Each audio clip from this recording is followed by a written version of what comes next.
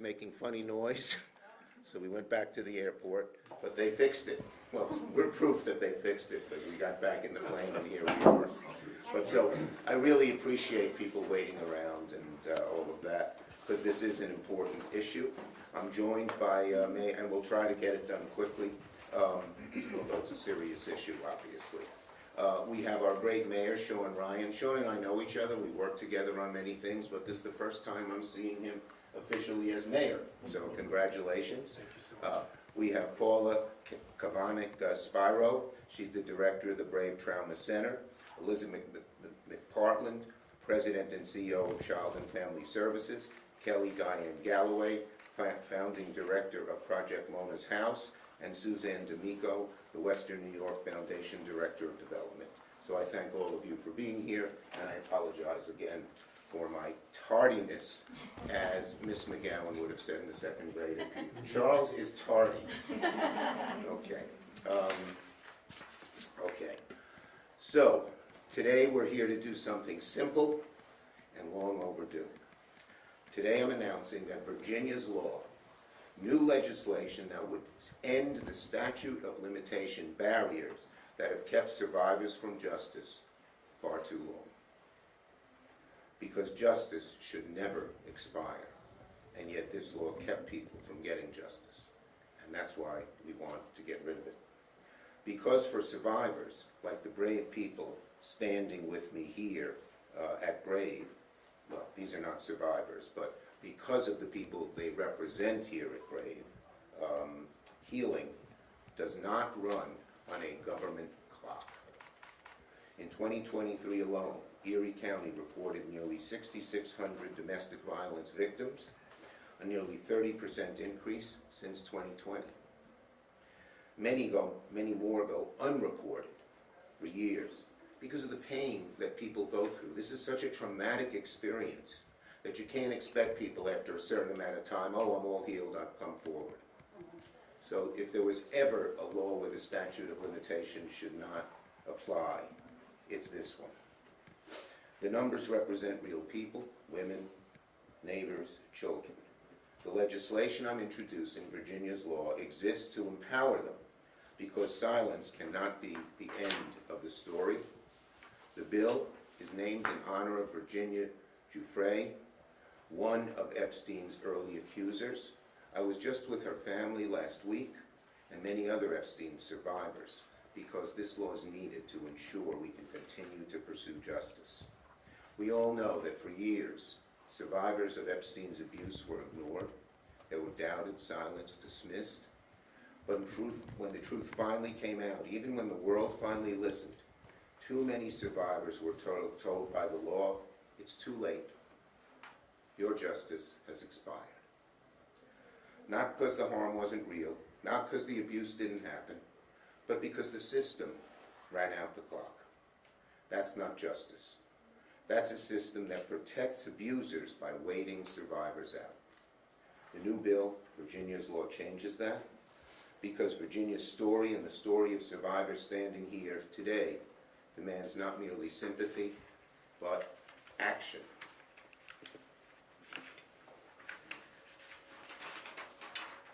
It allows survivors to seek accountability when they're ready, when they're strong enough, supported enough, and able to face the weight of civil litigation.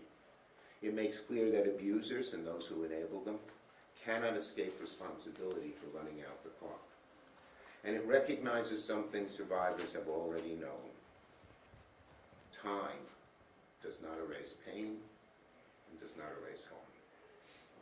Jeffrey Epstein depended on silence and fear. He depended on a system that protected power instead of people. Today we're saying no more. No survivor should ever be told again the law failed them, and that time mattered more than truth. The survivors of Epstein waited long enough. Survivors here in Buffalo and in New York have waited long enough. The time for justice is now. Congress must act. And now let me call on Paula Kavanik-Spiro, the director of the Brave Trauma Center. Where's Paula? Right Here you are.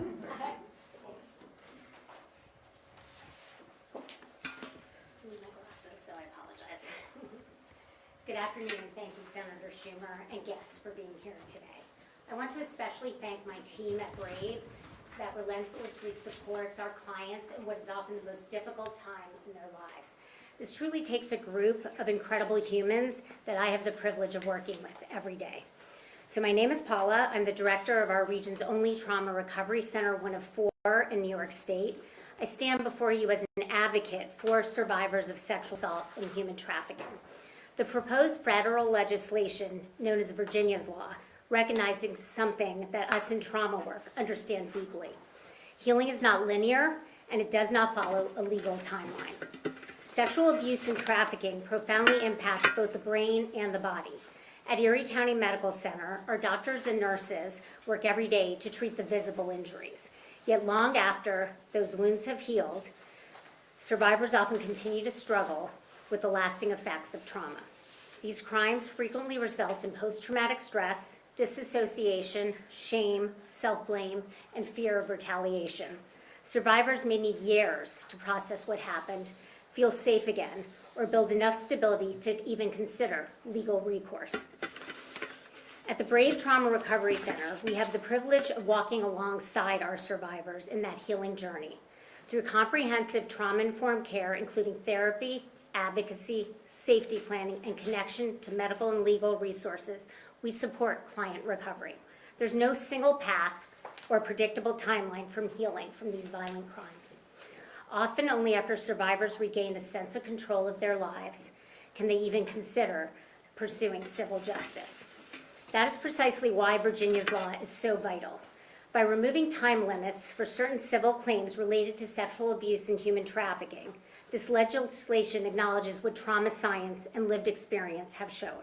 Survivors should not lose the opportunity to seek justice simply because their healing did not occur within an arbitrary window of time. When survivors are given space to recover and when the law allows them to come forward when they are ready, we align justice with the realities of violent trauma. Legislation like Virginia's law ensures that healing does not come at the cost of accountability. Simply put, justice should remain available on the timeline of the survivor. Today I'm humbled by the bravery of so many who have found their voice and continue to advocate not only for themselves, but for those who are still finding the strength to speak. Thank you, Senator Schumer, Mayor, and our collaborators and friends in the community. This is really vital legislation, so thank you for bringing it forward. Thank you, Paula. Thank you. And now we're joined by our really outstanding new mayor. He did a great job in the assembly, and he's continuing to do a great job as mayor. I look forward to working with him to help the city of Buffalo in every way I can. Mayor. Senator Schumer, as many of you know, is also a alumni of the New York State Assembly, so Yes, a lot of good people come out of there. Senator Schumer, thank you first for all you've done for Buffalo and for New York State over the last years, and thank you for the work you're doing nationally to try to make sure that we have a democracy and democratic norms. So thank you for that. So, you know, the legislation that you're introducing, Virginia's law, is so important because we know that survivors, victims of abuse, they don't turn around the next day and say, I want to bring an action. You know, it takes a while. We discovered that in New York State when we put through what's called the Child Victim Act. We knew that children who were victims of sexual abuse, they didn't come forward to talk about that at some preordained schedule. And this is the same with adults. So we know that abuse survivors are on a journey, and it's a journey to recovery, and some of that involves then asserting their rights. But they're often found that the courthouse doors are slammed shut in their faces because they say you didn't come forward. Your healing journey wasn't quick enough to comport with the legal qualifications and legal specifications. So we're so happy that you're pushing this law on a federal level, so every state will be exactly the same, and that victims and survivors will be able to have their day in court. Thank you so much, Senator Schumer. Well done, Mayor. Thank you. Okay, we next have Elizabeth McPartland. She's the CEO of Child and Family Services. Thank She's done you. a great job. We've worked on several issues together. Thank you. Good afternoon. Child and Family Services is proud to stand with Senator Schumer and our fellow service providers to empower victims and demonstrate support for Virginia's law. It is critical to have laws that remove archaic deadlines, recognize the impact of trauma, and ensure survivors can seek justice when they are ready. In Child and Family Services' Youth Trafficking Prevention Program, we see that youth frequently normalize exploitation or believe they are to blame. Many trafficked youth have experienced prior abuse, foster care involvement, homelessness, and/or community violence. These compounding traumas make disclosure complex and delayed. It can take years, sometimes well into adulthood, before they are ready to seek justice. Safe harbor programs across New York State, including our program here at Child and Family Services, receive over 2,200 referrals annually for children who have been identified as trafficked or at risk of being trafficked. In 2025, our trafficking program worked with 57 local youth between the ages of 8 and 21. Domestic violence is rarely a single incident. It is a pattern of coercive control that can include sexual assault, trafficking, physical violence, and financial and emotional abuse. Survivors may not feel safe pursuing legal action until long after the abuse ends. At Haven House, Erie County's only licensed domestic violence shelter, we partner with survivors who spend years focusing on their safety and stability, securing housing, protecting their children, and stabilizing their finances. In fact, in 2025, Haven House provided support to 2,983 victims, survivors of domestic violence of all ages, with many experiencing multiple victimizations in addition to domestic violence, including sexual abuse and trafficking. Legal action is sometimes not possible until years later, once stability is achieved. However, it should be available at any point. Rigid deadlines benefit perpetrators who rely on silence and fear. We need a legal system that reflects the lived reality of abuse and creates survivor-centered policy. We applaud Senator Schumer for doing exactly this and moving forward with Virginia's law. Thank you so much. Thank you. Great job. Next, we have Kelly Galloway. She's the founding director of Project Mona's House. Good afternoon, Senator Schumer, Mayor Ryan, and all of our colleagues in this work. Thank you for your leadership and for standing with survivors and overcomers by introducing Virginia's law, and for recognizing the urgency of this moment. Your action sends a powerful message that survivors matter and that justice should never be out of reach. For many survivors, the clock did not start ticking when the abuse happened. It started when they finally felt safe enough to speak. At Project Mona's House, Western New York's first restoration home for women who've been victims of human trafficking, I sit with women daily who are rebuilding their lives after trafficking and sexual exploitation.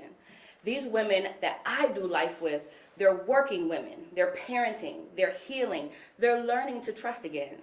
Many of them believe their opportunity for justice had already expired before they ever found their voice. Fear arrested them, shame silenced them, and trauma convinced them that coming forward would only make things worse. Trauma, coercion, manipulation, and fear can silence survivors for years. Healing does not follow a statutory deadline, and justice should not be limited by one. Virginia's law represents meaningful reform because it shifts power back to survivors and overcomers. So, by expanding these federal civil remedies and removing timelines for certain claims, it ensures that justice is not restricted or delayed because of procedural barriers. This legislation also acknowledges a difficult truth, and that is exploitation is rarely isolated. It is often sustained by individuals and networks who knowingly profit from abuse. Accountability must reflect that reality. Survivors connected to high-profile networks have reminded this nation once again that justice delayed is still justice denied. And many survivors who are not attached to high-profile cases are still waiting for their justice. Justice should not expire because trauma delayed disclosure. And those who benefit from exploitation should never be shielded by the passage of time. We are hopeful and prayerful that this legislation will receive strong bipartisan support in both houses of Congress. Survivors deserve unified leadership. And this is an opportunity for Congress to stand together on behalf of those who have suffered in silence. So I proudly support Virginia's law, and I urge its swift passage. There is more work to do in this fight, but this legislation is a critical step forward in ensuring that survivors are heard, protected, and empowered. Thank you so much. Great job. All right. Great job. Thank you.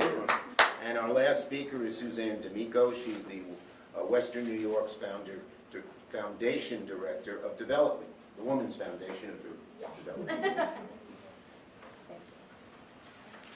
Well, first I'd like to thank Senator Schumer for having us, Mayor Ryan. But more importantly, I want to thank Senator Schumer for standing with survivors. Virginia's law is about a simple but powerful principle. Accountability should not have a deadline. For too long, statutes of limitations have shielded perpetrators and the systems that enabled them, allowing those responsible to evade accountability while survivors are denied justice. The data is alarming. In the United States, more than 423,000 people ages 12 and older experience sexual violence each year, yet only a fraction of these crimes are ever reported. Approximately 1 in 5 victims of child sexual abuse never disclose to anyone, and less than half of adult rape victims never report to the police. And we must be clear that women and girls are disproportionately impacted by sexual violence. The majority of survivors are women. The ripple effects extend into their health, their economic stability, their leadership, and their ability to fully participate in their community.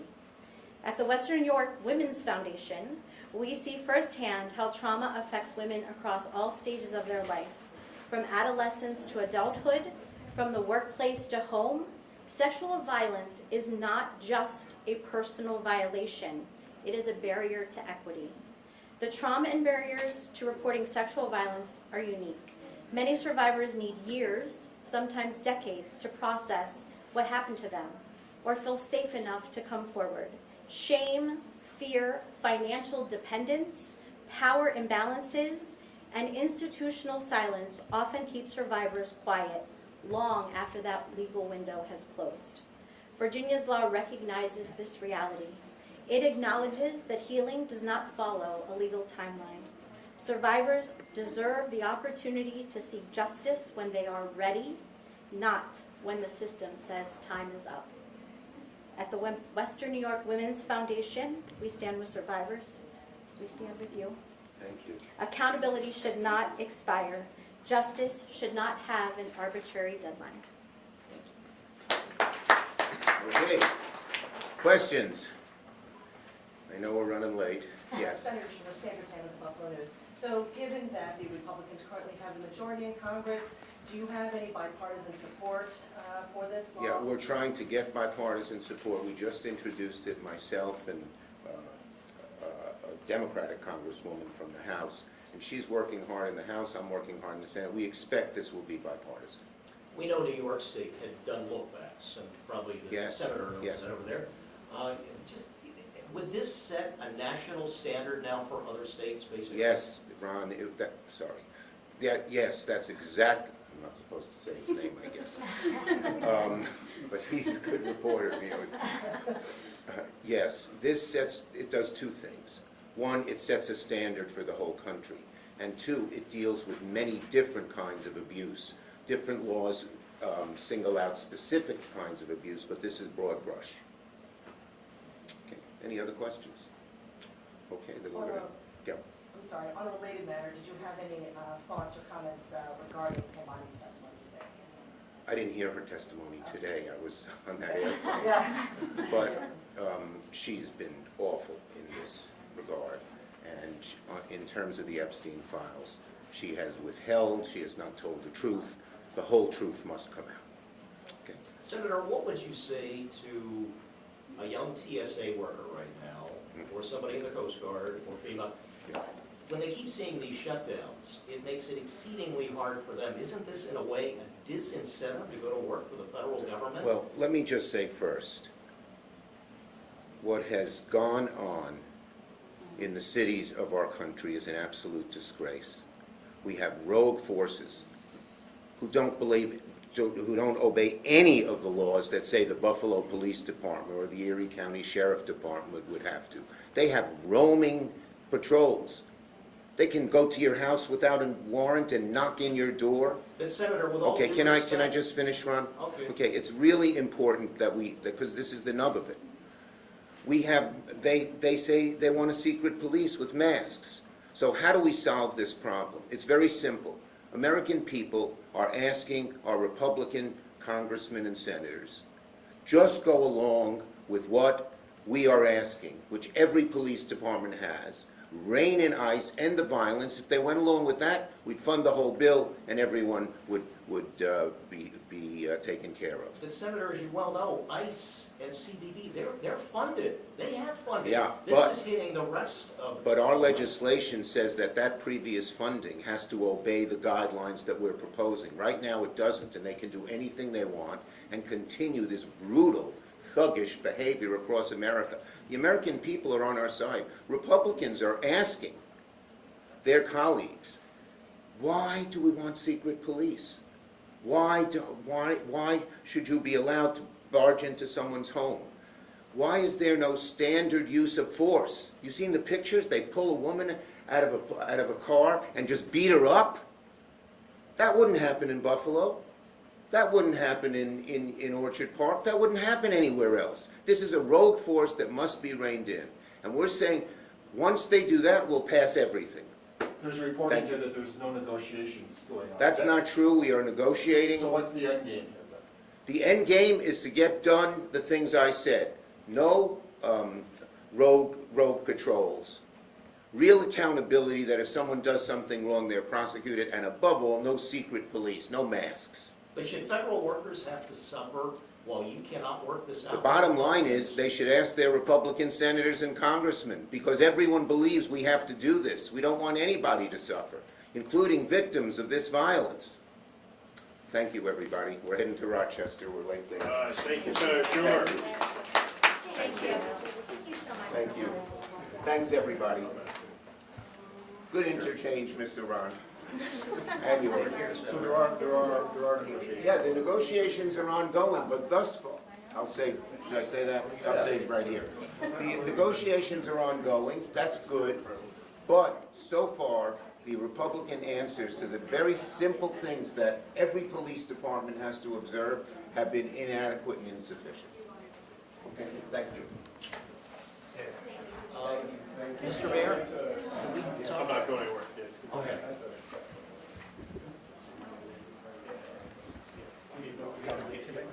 Yeah, go through. No, I didn't. Sooner the better. It's the second time it's happened on I know, try to. So you don't want You don't want to stand in front of the United States Senate. They might want to bring this home with them too, I don't know. I don't know if this is I never want to take that. Yeah, just like that. Yeah, just like that, yeah. Or whatever you guys want. Just so it's not like, No, I don't want to shoot at the angle. Mayor, can we get a picture? Sure, I'd love to. I'd love for you to come to our meeting. Yeah. All our nonprofits, like 10 of us in there.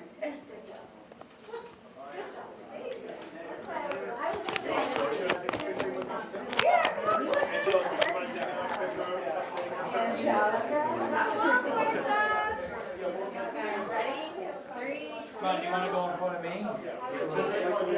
Just so we're not, so we're not like, you're staying, I can do that too. So in our buildings and anything, No, I'm good. it's like, it is close by the notice house, everybody. Testing your mic. Test Chris's mic? We're downstairs. Oh, yeah, I'm good, I was wondering, thank you. We have so many different nonprofits in there. And so we're trying to figure out what it is. A little warm, but outside of that, I'm The heavier coat on, the tear gas. But portion back, send you all. I have it right about here. All it takes is one outing and I got stains. What'd you say, I'm sorry? Right about here? Yeah. I gotta keep my tight stick Does that in. work for you? Whatever's your favorite. We can make it all work. Right here. Got it, intentionally. She went to other, like, big guy. Do the door stuff. Yeah, we got room. We can do it. Okay, Yeah, just confirm. but I'd love to be able to see if we can host it part of the city hall. They said scary for the president. You have over the police or something like that. So he saw it too. Yes. Oh, yeah, I think. Right. I was managing the police station more. It wasn't the police department. Oh, I know. No, I didn't take you in. I just always want to be clear. Mr. Mayor, if you want to stand right in about there. How about Chuck Schumer, right? What's that? How about Chuck? He'll be in Rochester in 45 minutes doing another one. He's done it forever. Everybody ready? I'm good. All good, thank you guys. Okay. Is someone going to ask me a snowball question? Sure. You are? Well, yeah, You are. well, first off, let me just ask, you probably saw that the mayor of New York City announced today 1.5 billion that they're gonna get, and you were sitting right next to him there last week. Yeah. Does that give you any feeling that the city of Buffalo is gonna get more assistance perhaps? Yeah, it's very encouraging, and what they're offering to New York City isn't just a one-shot, it's a multi-year continuing revenue, and that's exactly what the city of Buffalo needs. It took over a decade to get into this hole, and we are looking for a 3-year soft landing. So the arrangement that was worked out with New York City gives me great hope that Governor Hochul is going to work out a similar arrangement with the city of